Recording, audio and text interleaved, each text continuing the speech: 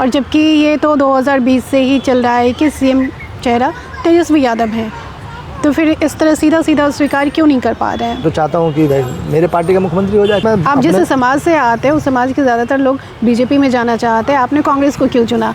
ऐसा क्यों? कानून आज बन गया है और लागू 29 में करेंगे।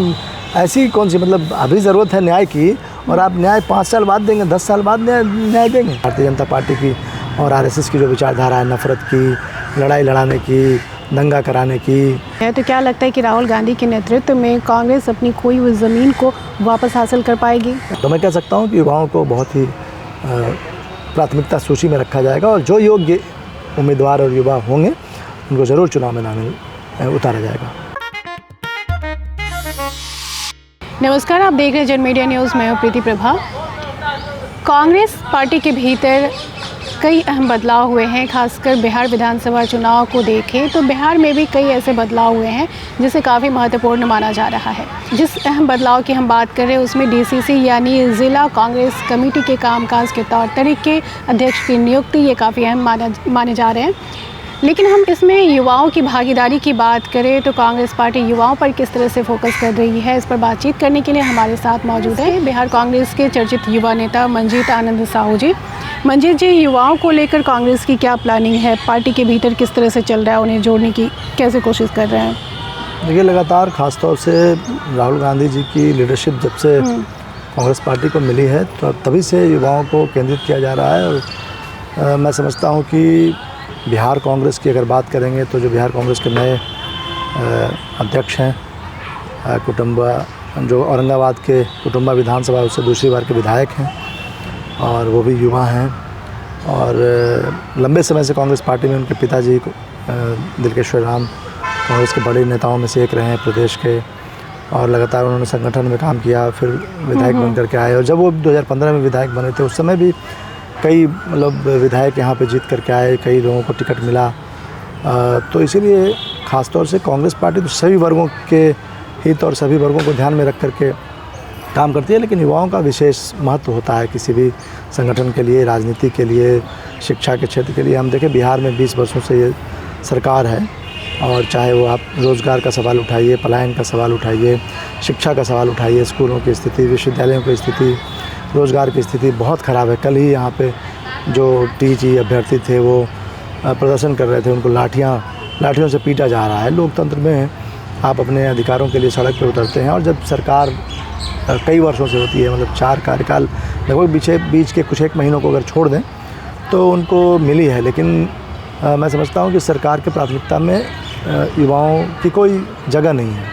बिहार में तो हम अगर राजनीतिक तौर पे भी बात करें तो अभी जो सूची आई है, जैसा कि आपने कहा कि जिलाध्यक्षों की, उसमें बड़ी संख्या युवाओं की है, सभी वर्गों की है, और सभी मैं समझता हूँ कि मंजीत जी, आपको नहीं लगता है कि इस बदलाव में बहुत देर हो चुकी है? देखिए, बदलाव, क्योंकि कांग्रेस पार्टी की स्थिति बिहार के भीतर बहुत अच्छी नहीं है। अच्छी हम तब कह सकते हैं जब अपने बल पर चुनाव लड़ सकती थी पार्टी।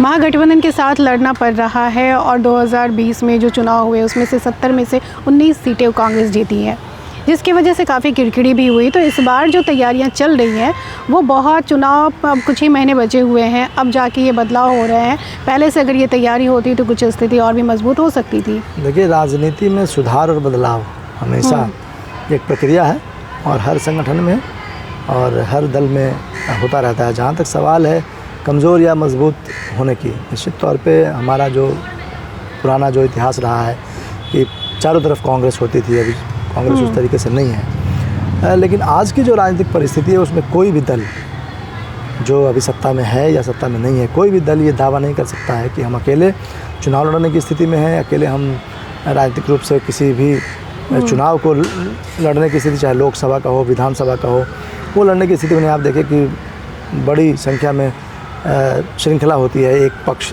और विपक्ष में दलों की कई दल होते हैं, और तब जाकर के चुनाव लड़े। मैं समझता हूँ कि आज का जो राजनीतिक माहौल है या जो परिस्थिति है वो गठबंधन की राजनीति का दौर है। पहली बार, कई बार से हम देख रहे हैं गठबंधन की राजनीति का दौर है, जिसमें डेमोक्रेसी के भीतर कई दल अपने अपने अधिकारों को लेकर के, अपने वर्ग के अधिकारों को लेकर के, अपने लोगों के अधिकार को लेकर के सामने आए। उन्होंने अपना दल का निर्माण किया और उसको लोग नेता मान रहे हैं, और एक विचारधारा है जो हम लोगों की विचारधारा है, कांग्रेस पार्टी की विचारधारा है सामाजिक न्याय की, सेकुलरिज्म की, सबके साथ भाईचारे की, मोहब्बत की, जैसा कि राहुल गांधी जी कहते हैं। और उस विचारधारा के साथ हम लोग चाहते हैं कि उन दलों के साथ एकजुट होकर के जो भारतीय जनता पार्टी की और आरएसएस की जो विचारधारा है, नफ़रत की, लड़ाई लड़ाने की, दंगा कराने की, झगड़ा कराने की, भाई से भाई को के बीच आपने नफरत अभी पैदा करने राहुल की। गांधी की बात कही है, तो क्या लगता है कि राहुल गांधी के नेतृत्व में कांग्रेस अपनी खोई हुई ज़मीन को वापस हासिल कर पाएगी?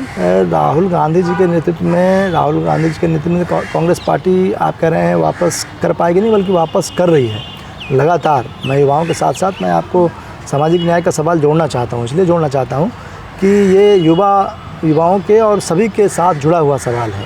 और आज देश में सबसे अगर महत्वपूर्ण चर्चा का विषय कोई है, परिचर्चा का विषय कोई है, तो वो हक, हिस्सेदारी, भागीदारी, आरक्षण, प्रतिनिधित्व का सवाल है। क्योंकि जो एक वर्ग है, बड़ा हिस्सा जिसको कहते हैं, उसके जो युवा हैं वो शिक्षा से, नौकरी से, निजी क्षेत्र में जो नौकरियां हैं, जो न्यायपालिका में है, तमाम क्षेत्रों की नौकरियों से वंचित हैं। और उस क्षेत्र में उसको ले जाने के लिए जो जिसको कहते हैं कि अगर न्याय की बात करना है, जो हमारा संविधान कहता है, संविधान की प्रस्तावना कहती है, समता का अवसर होना चाहिए, सबके साथ जो है सबको अवसर मिलनी चाहिए। तो ऐसा है कि जैसा कि राहुल गांधी जी पिछले कई बार से आप देख रहे हो कि सामाजिक न्याय सम्मेलन और संविधान सुरक्षा सम्मेलनों के ज़रिए उन्होंने इस सवाल को लगातार उठाया है। और वो सामाजिक न्याय का सवाल सीधा युवाओं से जुड़ा हुआ सवाल है, वंचित वर्ग के युवाओं से जुड़ा हुआ सवाल है। जोड़कर हम फिर से लौटते युवाओं की बात पर। आप लगातार युवाओं को लेकर बात कर रहे हैं, आप भी चर्चित युवा नेता हैं। 2020 में जो चुनाव हुए, विधानसभा चुनाव में, चाहे कोई भी पार्टी हो, लोगों की पसंद युवा चेहरे थे। हाँ, बिल्कुल। काफ़ी संख्या में युवा नेता चुनकर आए, विधायक बने। तो कांग्रेस पार्टी किस तरह से इस बार फोकस कर रही है? टिकट को लेकर क्या प्लानिंग चले? क्योंकि जो पार्टी का मैनिफेस्टो टीम है उसमें भी आप हैं और कई कमेटियां बनी, उसके भी आप सदस्य हैं, तो आप बेहतर बता सकते हैं कि युवाओं को लेकर क्या चल रहा है। आज भी जो हमारे विधायकों की संख्या है उसमें बड़ी संख्या युवाओं की है।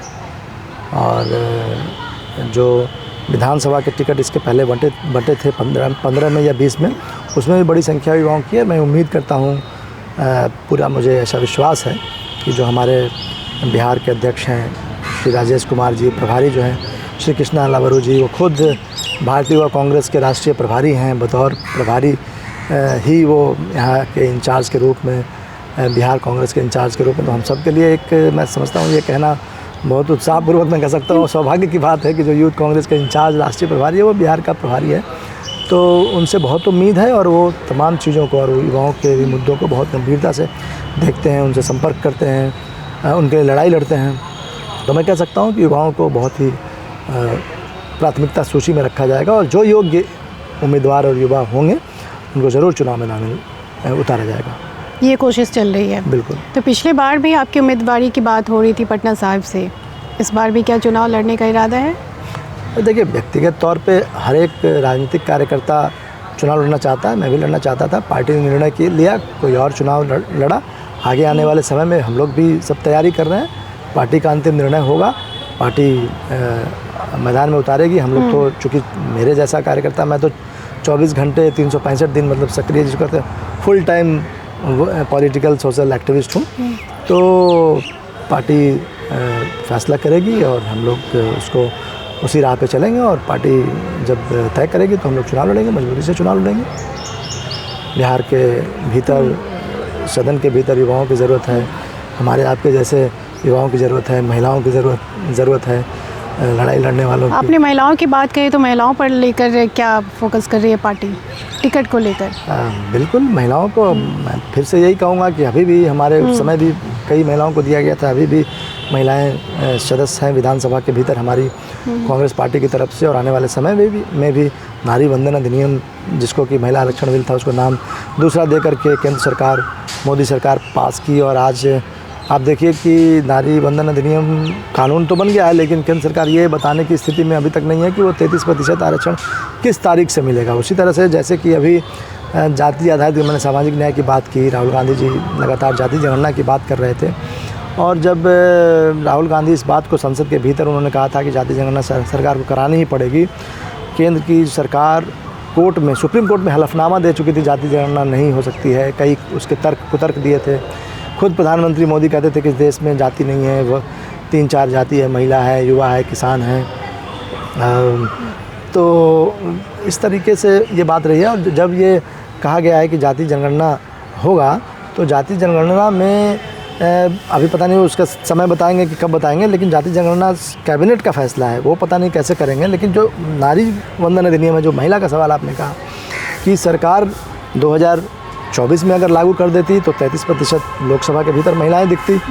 अभी अगर लागू हो जाए तो बिहार के विधानसभा में 33% 29 में लागू होने की बात हुई ना कि 29 के चुनाव में आप इसे देख सकते हैं। क्यों 29? ये बातें भी तो हो रही क्यों है। ऐसा क्यों? कानून आज बन गया है और लागू 29 में करेंगे? ऐसी कौन सी, मतलब अभी ज़रूरत है न्याय की और आप न्याय 5 साल बाद देंगे, 10 साल बाद न्याय देंगे? ये कौन सा इंसाफ है? ये कौन सा न्याय है भाई? मतलब हजारों। बिहार में क्या मुद्दे दिख रहे हैं? किस मुद्दा पर पार्टी चुनाव लड़ने वाली है? बिहार में सबसे बड़ा मुद्दा मैं समझता हूँ कि बेरोजगारी का है, शिक्षा का है। अब कई लाख पद खाली हैं सरकारी क्षेत्र में, मुझे लगता है 5 लाख से ऊपर पद खाली हैं। और शिक्षा का सवाल मैं कह रहा हूँ, विश्वविद्यालयों की स्थिति बहुत ख़राब है बिहार में। जैसे शिक्षक बनाए गए जो, यानी शिक्षा और बेरोजगारी का मुद्दा काफ़ी अहम होने वाला है आपके मैनिफेस्टो में।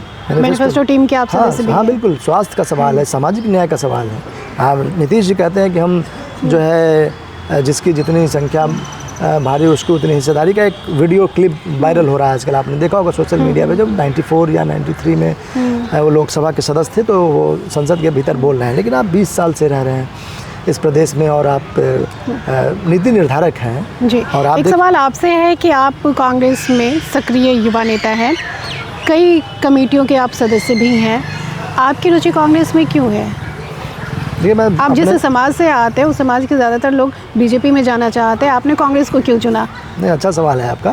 देखिए, हम लोग जिस परिवार से आते हैं उस परिवार में सबसे पहले तो मैं यहाँ से लेना चाहूँगा कि मेरे नाना जी कांग्रेसी थे। वो एक अलग बात है कि कांग्रेस के थे। वो बाढ़ में हमारा नानी घर है, मैं वहाँ जाता था तो वो गांधी टोपी धोती और कुर्ता में एकदम जो है वो नज़र आते थे, लेकिन वो एक अलग बात है। फिर उसके बाद जब आगे बढ़ते हैं तो हम लोग जब न्याय की बात करते हैं, इंसाफ की बात करते हैं, जब देखते हैं कांग्रेस का इतिहास देखते हैं, भारत के राजनीति का इतिहास अगर देखते हैं, तो अगर आप तटस्थ हो करके अगर आप चुनेंगे किसी पार्टी को तो मुझे लगता है कांग्रेस पार्टी को चुनेंगे। तो मैं छात्र जीवन से जब मैं था तो मेरी माता जी, मैं नालंदा हिल्सा मेरा नेटिव प्लेस है, और 2002 में नगर निकाय और पंचायत के चुनाव हुए थे 20 वर्षों के बाद, 22 वर्षों के बाद। तो महिला सीट थी, माता जी वहाँ से चुनाव लड़ी थी। माता जी के साथ साथ मैं काम करता था। वो घरेलू महिला थी लेकिन वो भी बहुत सक्रिय रूप से लोगों के साथ इन्वॉल्व हुई थी। और 2002 से 7 तक मैं उस नगर पंचायत की राजनीति में बहुत सक्रिय था, वार्ड पार्षद थी माता जी।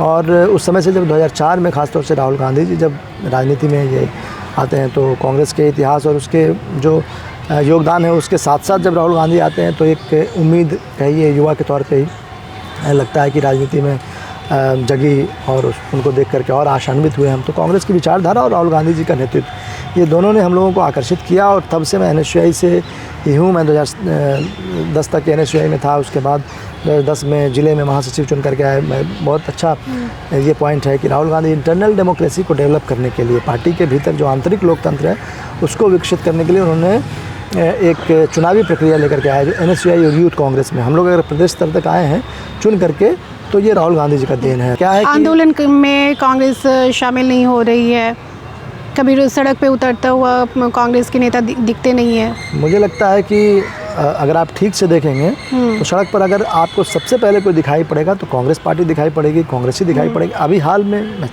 4-5 दिन पहले का उदाहरण दे सकता हूँ कि संविधान बचाओ पैदल यात्रा हमारे प्रदेश अध्यक्ष राजेश राम जी के नेतृत्व में पटना में इसी ऐतिहासिक सदाकत आश्रम से जहाँ हम बैठे हुए हैं, कम से कम 15-20 हज़ार लोग हमारे पीछे के मैदान में, यहाँ चारों तरफ पूरा, यहाँ से लेकर डॉक्टर राजेंद्र प्रसाद जी के जो समाधि स्थल है वहाँ तक हम लोग की यात्रा थी। यहाँ से लेकर वहाँ तक एकदम जाम था, जिसको कहते हैं कि चक्का जाम की स्थिति हो गई थी।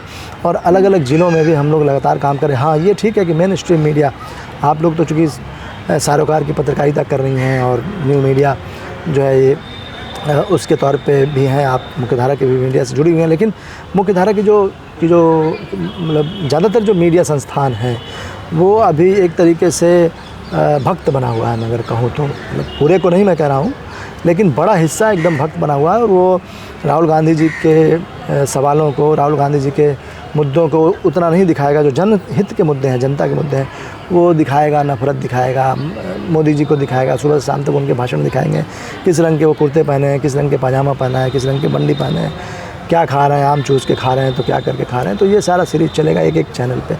जो जनहित के मुद्दे हैं, जो सवाल है वो कि भाई समस्याएं क्या हैं, हमारी समस्याएं क्या हैं, आपकी समस्याएं क्या हैं, युवाओं की समस्याएं क्या हैं, अनुसूचित जाति, जनजाति, पिछड़े जाति, आपकी पार्टी इन सारे मुद्दों को उठाती रहती है, समय उठा रही है और सड़क पे हम आ रहे हैं। चूँकि मुख्यधारा की मीडिया दिखा नहीं रही, टीवी नहीं दिखा रहा, अखबार हमको नहीं उतना स्पेस दे रहा जितना देना चाहिए, हमारे तस्वीरों को नहीं छाप रहा है, तो हम नहीं दिख रहे हैं। लेकिन हम जनता के बीच हैं और लगातार हम बढ़ते जा रहे हैं। आप देखिए कि 2020 की अगर चुनाव की बात करें, 2020 से 24 से लेकर के आज 25 तक हमारी ताकत इसलिए बहुत बड़ी है। राहुल गांधी के नेतृत्व में लोगों का विश्वास जगा है, बढ़ा है, और हम लोग एक संगठन से लोगों का जुड़ाव बढ़ रहा है। आप देखें, ये कांग्रेस के युवा, तेजस्वी यादव भी युवा हैं, उनको सीएम के रूप में स्वीकार करने के लिए तैयार हैं। ये बहुत बड़ा सवाल नहीं है कि कौन मुख्यमंत्री बनेगा। सवाल ये है कि भाजपा और जदयू और एनडीए जो यहाँ सत्ता में बैठी हुई है, वो 20 वर्षों से लोगों को ठगने का काम किया है, लूटने का काम किया है। आप देखिए, पुल गिर जा रहे हैं, भवन गिर जा रहे हैं, तो मतलब नीतीश जी कभी इधर पलट के चले जा रहे हैं, कभी उधर पलट के चले जा रहे हैं, तो क्या कर रहे हैं, नहीं कर रहे हैं, पता नहीं चल रहा। सत्ता के लिए भाजपा और जदयू की जो एकजुटता है, वो बिहार को लूटने के लिए और सत्ता पर कायम रहने के लिए, उसको तोड़ना है। सत्ताधारी पार्टियों को पराजित करने के लिए विपक्ष की एकजुटता बहुत ही ज़रूरी हो जाती है, लेकिन ये एकजुटता हम नहीं देख पाते हैं। कई जगह पे ऐसे बिखराव भी देखे गए जिसका खामियाजा भी विपक्ष को भुगतना पड़ा है। और बिहार में भी लगातार ऐसे कांग्रेस के वरिष्ठ नेताओं के भी ऐसे बयान आते हैं कि हम बाद में देखेंगे, हम तय करेंगे, और जबकि ये तो 2020 से ही चल रहा है कि सीएम चेहरा तेजस्वी यादव हैं। तो फिर इस तरह सीधा सीधा स्वीकार क्यों नहीं कर पा रहे हैं? देखिए, बिहार में जो हमारे प्रभारी हैं कृष्णा लवारू जी, और जो प्रदेश अध्यक्ष हैं श्री राजेश राम जी, वो सबसे उपयुक्त व्यक्ति हैं इस पे अपनी राय देने के लिए। और कोई भी, मैं ही अगर बोल दूं कि कोई मुख्यमंत्री हो जाएगा, मैं अभी कह दूं मैं तो चाहता हूं कि भाई मेरे पार्टी का मुख्यमंत्री हो जाए, कोई भी चाहता है कि मेरे पार्टी का मुख्यमंत्री हो जाए, लेकिन केवल चाहने भर से और कह देने भर से तो होगा नहीं। इसलिए तो चलिए, चलते चलते आखिरी सवाल आपसे ये है कि कितनी सीटों पर चुनाव लड़ेगी कांग्रेस? ये अभी मुझे लगता है कि सार्वजनिक तौर पे बातचीत करने का विषय नहीं है, और मैं भी उसके लिए उपयुक्त व्यक्ति नहीं हूँ। वो कोऑर्डिनेशन कमेटी बैठेगी और कोऑर्डिनेशन कमेटी के बीच चर्चा होगी, तय होगा कौन कितने सीटों पर चुनाव लड़ा था। हम लोग पिछले बार 70 सीटों पर चुनाव लड़े थे। हम लोग 243 सीटों पर अपने कार्यकर्ता और अपने जो संगठन है उस पर काम कर रहे हैं। जहाँ हमारे उम्मीदवार होंगे वहाँ हम खुद जो है वहाँ पे अपने उम्मीदवार के लिए काम करेंगे। जहाँ इंडिया गठबंधन के दूसरे पार्टी के दल के उम्मीदवार होंगे वहाँ उनके लिए हम काम करेंगे। और 243 सीट पर हम चुनाव लड़ने के लिए, जीतने के लिए हम कार्यक्रम चला रहे हैं, योजनाएँ चला रहे हैं, एक्टिविटी कर रहे हैं ज़मीन पर। बहुत बहुत शुक्रिया मंजीत आनंद साहू जी हमसे बातचीत करने के लिए।